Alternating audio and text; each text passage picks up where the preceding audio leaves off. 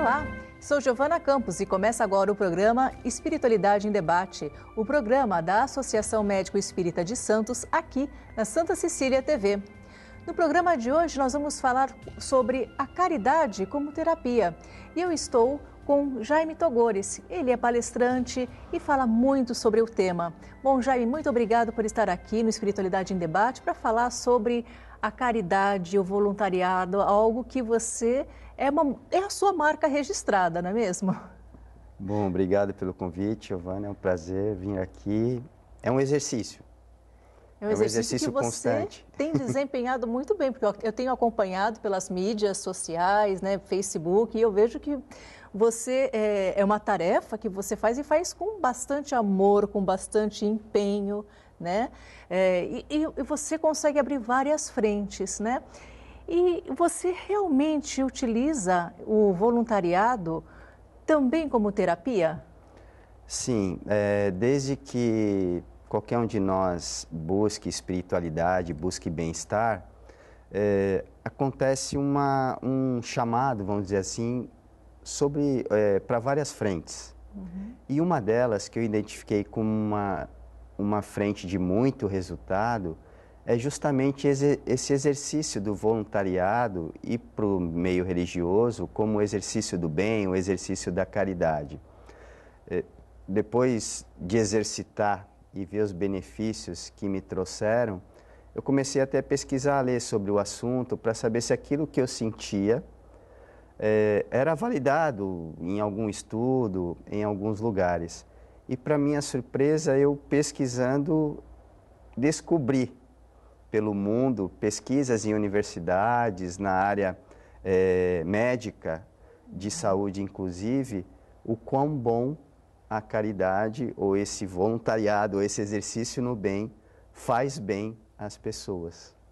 Então, e esses estudos que você foi atrás, conseguiu comprovar o que exatamente, o quão bem faz para as pessoas? Por exemplo, eu trouxe para a gente ilustrar aqui, porque é difícil guardar referências e números.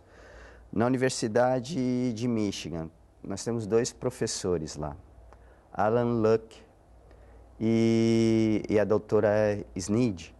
Eles desenvolveram várias pesquisas sobre o assunto e os resultados que eles viram comparando grupos de pessoas que faziam voluntariado com o grupo daquelas que não faziam isso, apontaram desde para minoria ou cessação de sintomas de variadas doenças como insônia, aspectos de depressão, controle da ansiedade, baixa de pressão arterial. Então, foram vários modelos em épocas diferentes que eles utilizaram para fazer esse referencial. Um estudo que eu achei bastante interessante, numa universidade canadense, eles pegaram jovens adolescentes e aí compararam 2 grupos, um que fazia trabalho voluntário e o que não fazia. E descobriram que o grupo que fazia trabalho voluntário tinha um peso muito menor corporal do que aqueles que não participavam desses momentos. Então é assim, são evidências, né, como eles gostam de dizer, os cientistas, os pesquisadores, mas que são bastante interessantes, pelo menos para despertar as pessoas a se envolver com uma prática dessa. Por exemplo, na área da saúde, desde 2006 no Brasil, as PICs, né, as práticas integrativas e complementares de saúde, que começaram em 2006 e recentemente foram ampliadas, né, que vai desde reiki, acupuntura e outras tantas. Eu acredito que um dia o exercício da caridade vai se situar nessa proposta de um médico, um psicólogo, poder indicar ao seu paciente, aquele que está ali à sua frente, esse exercício. Numa das pesquisas da doutora Sneed, eu falei dos adolescentes, mas especificamente para o pessoal que era acima de 50 anos. Ela formou um grupo para pesquisar o voluntariado nessa faixa. E aí ficou claro que a questão da solidão que passa a ser vivida depois que a pessoa se aposenta, depois que os filhos saíram de casa, depois que os laços sociais foram se distanciando. Quando a pessoa retornava e participava do voluntariado, ela ganhava um novo prazer, assim, alegria maior. Por quê? O próprio vínculo daquele grupo que interage, participando dos trabalhos, construindo alguma coisa, seja em que área for, fortalecia novamente aquelas relações que haviam ficado para trás. Começa um novo grupo social, Exatamente. né? Aquele vazio que era que antes não existia, porque era preenchido com relações normalmente familiares ou profissionais, agora preenchido com essas relações do voluntariado, dava uma estrutura diferente para as pessoas e minimizavam esses sintomas de saúde, né, ou de não saúde que começavam a aparecer. E é legal, né, o pessoal de casa também fica bem ligado nisso, porque esses dados que o Jaime nos trouxe agora, são dados que são estudados não só apenas por pesquisadores brasileiros, mas também pela Universidade de Michigan e por uma universidade canadense. Isso. Ou seja, o mundo inteiro está se debruçando sobre essas questões da caridade, né? Então, não é só um fenômeno que acontece aqui no Brasil, né? É mundial. Às vezes a gente tem essa ideia, fala-se que o Brasil tem uma cultura muito solidária, qualquer evento triste ou dramático que acontece, as pessoas logo se mobilizam, mas o que a gente tem, por exemplo, no cenário do exterior, é o exercício do voluntariado sendo praticado desde as escolas e exigido até nas escolas como se fosse uma disciplina que impediria até a formação do indivíduo no high school ou em outro nível, outro ciclo que ele está cursando. Então, vamos dizer assim, o voluntariado no exterior é tratado como uma coisa quase profissional, assim, com regras mais rígidas e tal, do que aqui. Mas é muito importante a pessoa que não tem ou não sente uma vocação maior para isso, pelo menos se permitir experimentar. Quando eu falei das práticas complementares, é assim, quando a pessoa sente algum desconforto, ela se permite, às vezes, fazer uma sessão de acupuntura, tomar um floral, se permitir a aplicação do reiki ou de uma imposição de mãos. Vale a pena tentar ou se permitir essa prática de se envolver com algum voluntariado, seja com animais, seja com idosos, seja com doentes, seja com crianças. Alguma coisa sempre vai haver que a pessoa possa experimentar. Se tentou num primeiro ambiente, não se sentiu muito bem, que se permita nova oportunidade em outro ambiente, com novas coisas. Hoje o leque é muito grande nesse sentido, né? E essa questão do voluntariado também, ela é uma grande oportunidade para o aprendizado do amar o próximo, correto? Sim, principalmente as religiões têm esse enfoque, né? As doutrinas religiosas vão por esse viés. O cristianismo, por exemplo, ele é uma coluna mestra, esse interesse pelo semelhante, pelo próximo. O nosso desenvolvimento da função de amar, ele acontece na relação com os outros. E quando a gente vê alguém em um estado de prejuízo moral, prejuízo orgânico, alguma tristeza, alguma situação de desconforto, por mais que a gente tenha alguma barreira, algum obstáculo, algum entrave na relação com os outros, isso muitas vezes provoca uma sensibilização. E é aí que a porta pode se abrir para a gente fazer esse exercício. As experiências de cada um que exercita, e falando com as pessoas, a gente ouve esses relatos, é de se descobrir até habilidades que a pessoa nem tinha, de ouvir, de conversar, de falar coisas que de repente nunca se se viu fazendo, falando ou ouvindo, ou confortando.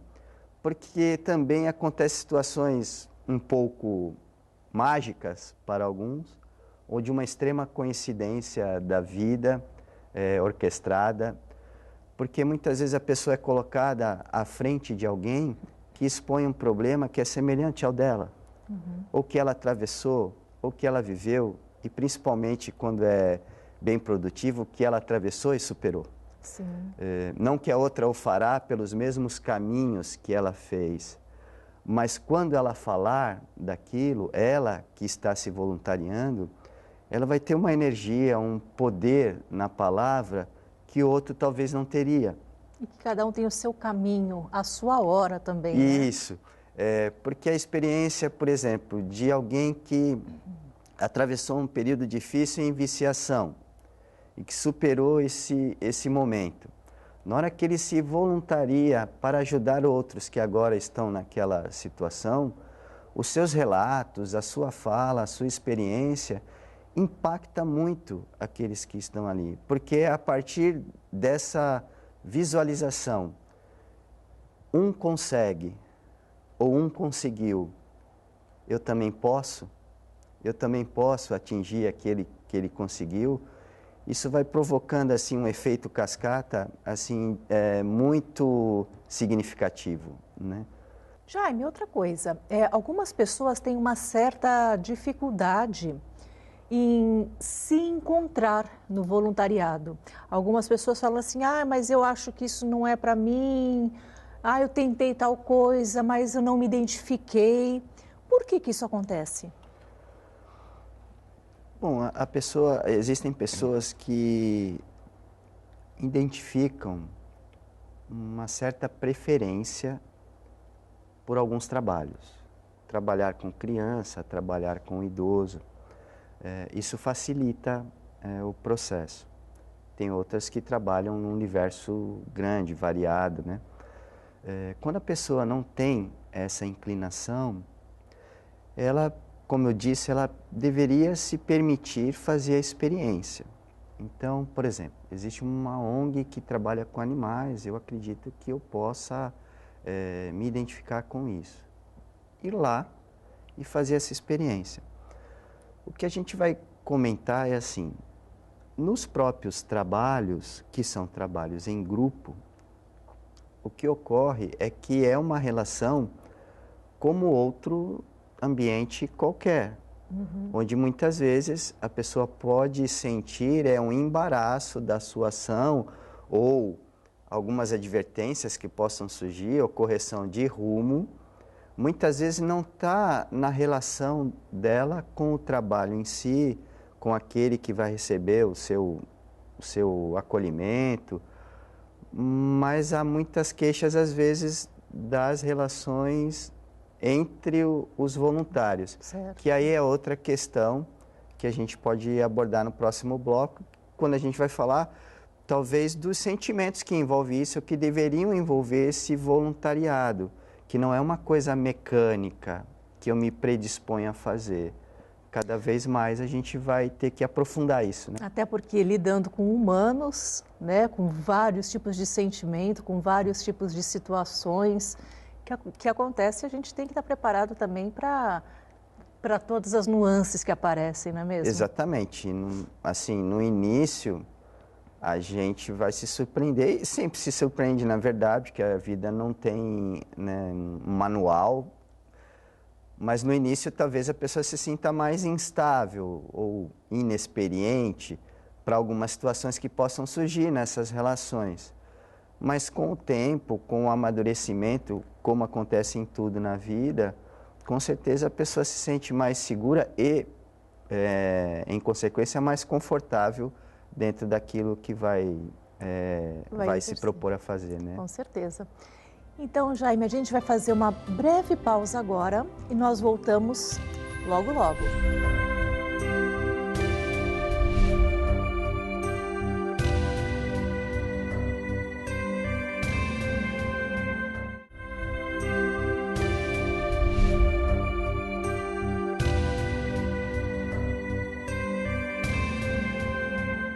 Estamos de volta com o programa Espiritualidade em Debate, o programa da Associação Médico Espírita de Santos aqui na Santa Cecília TV.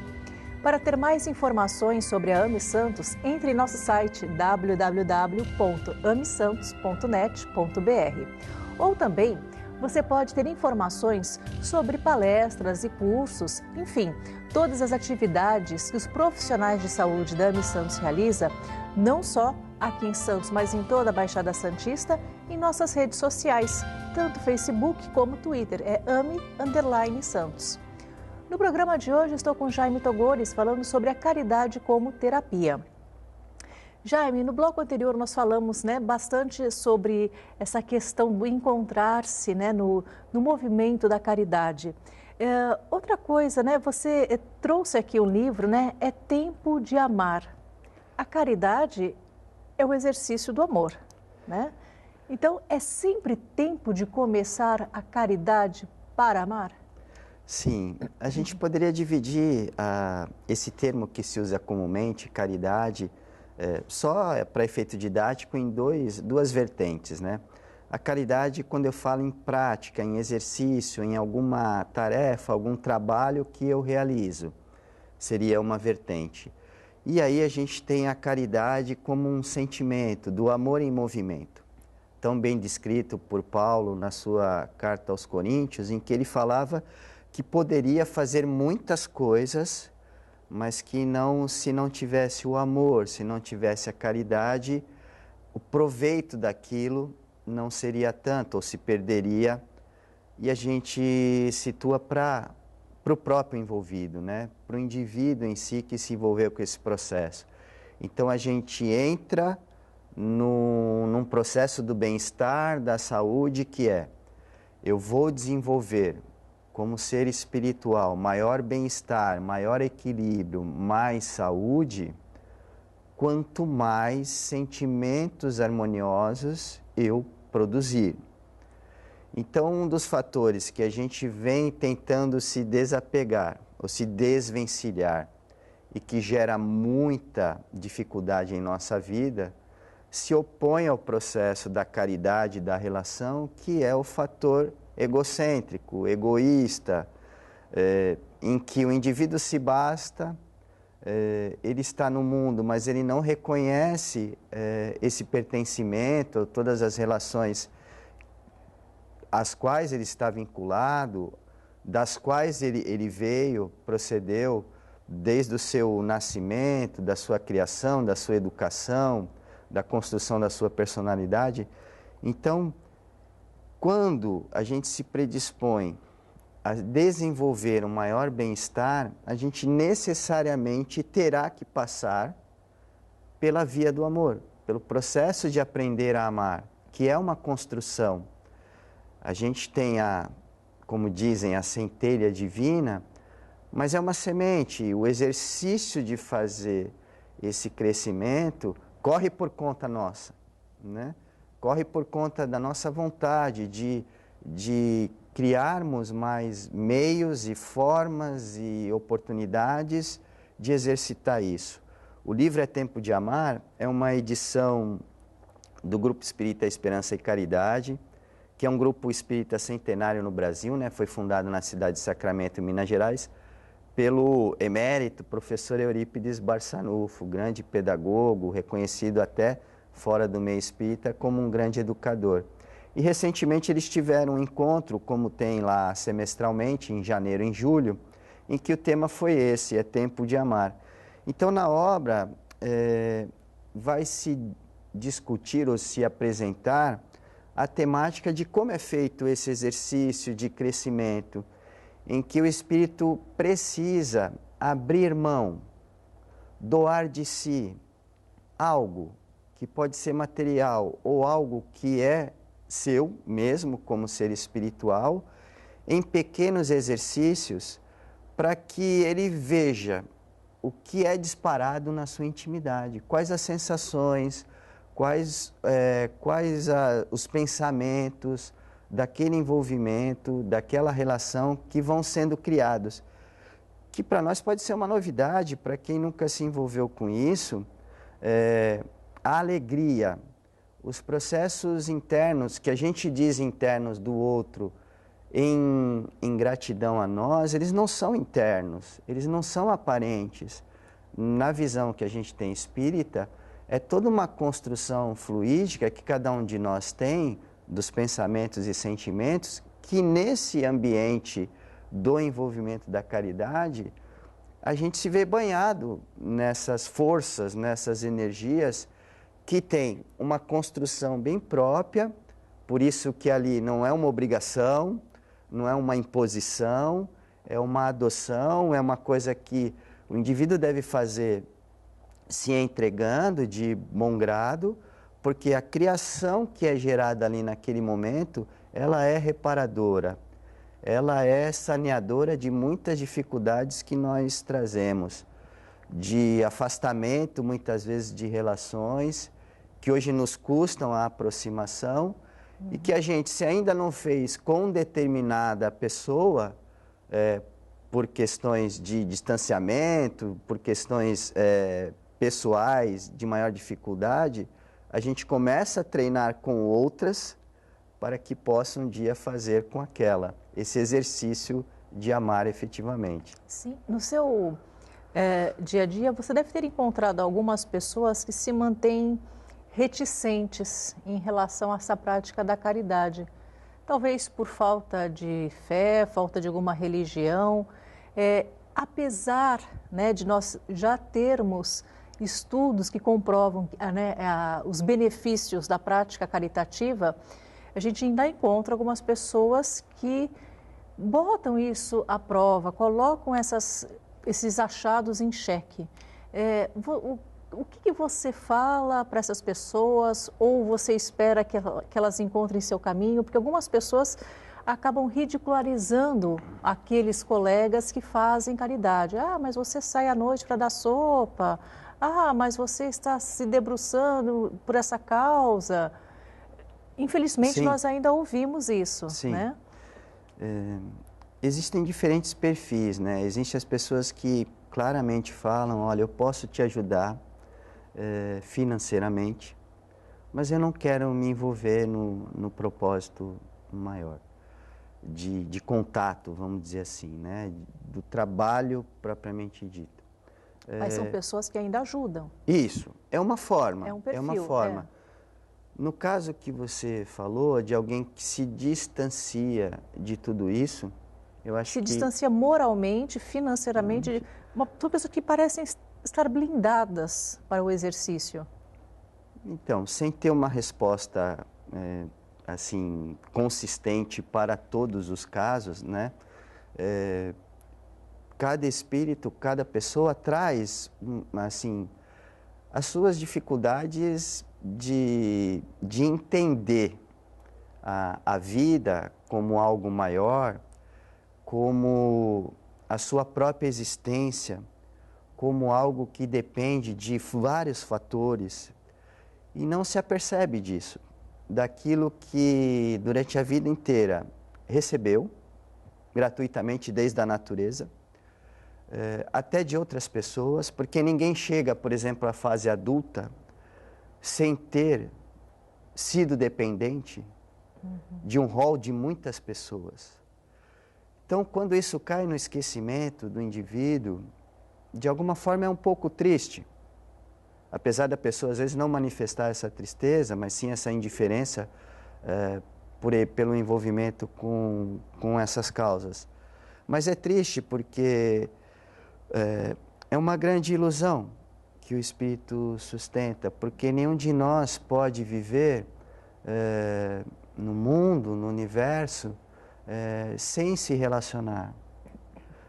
Fato. Na nossa religião, na nossa filosofia, os Espíritos claramente disseram que nós fomos seres sociais, criados seres sociais por Deus, e que a base da nossa existência são as relações.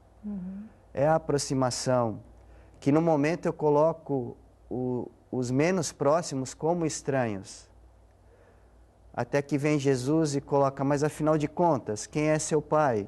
Quem é meu pai? Quem é minha mãe? Quem são meus irmãos?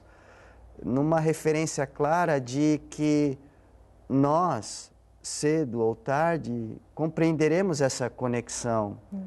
E a grande lei de uma ajuda mútua, que é necessária.